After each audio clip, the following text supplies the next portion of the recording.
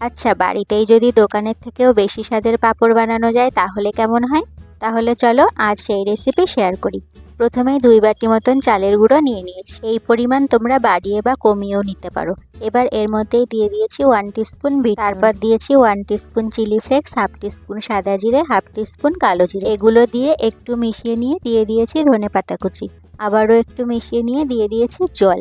জলটা একটু বেশি পরিমাণেই দিতে হবে যাতে ব্যাটারের থিকনেস থাকে একদম পাতলা। এবার একটা সসপ্যানে জল বসিয়ে দিয়েছি। জল ফুটতে শুরু করলেই একটা স্টিলের প্লেট বসিয়ে সামান্য অয়েল ব্রাশ করে ওই ব্যাটারটা অল্প অল্প করে দিয়ে দিতে হবে। এরপর একটা লিড দিয়ে ঢেকে 1 মিনিট অপেক্ষা করতে হবে। তারপর ঢাকনা সরিয়ে খুব সাবধানে ওটা তুলে নিতে হবে। এভাবে সবগুলো করে একটা কলা পাতার উপরে রোদে দিয়ে ভালোভাবে শুকিয়ে গেলে ঠিক ওরকম দেখতে হবে। এরপর আর কি, তেলে ভেজে নিলেই তৈরি মুচমুচে পাঁপড়। কথা দিলাম দোকানের থেকেও বেশি স্বাদ হবে। একবার নিশ্চয়ই ট্রাই করো।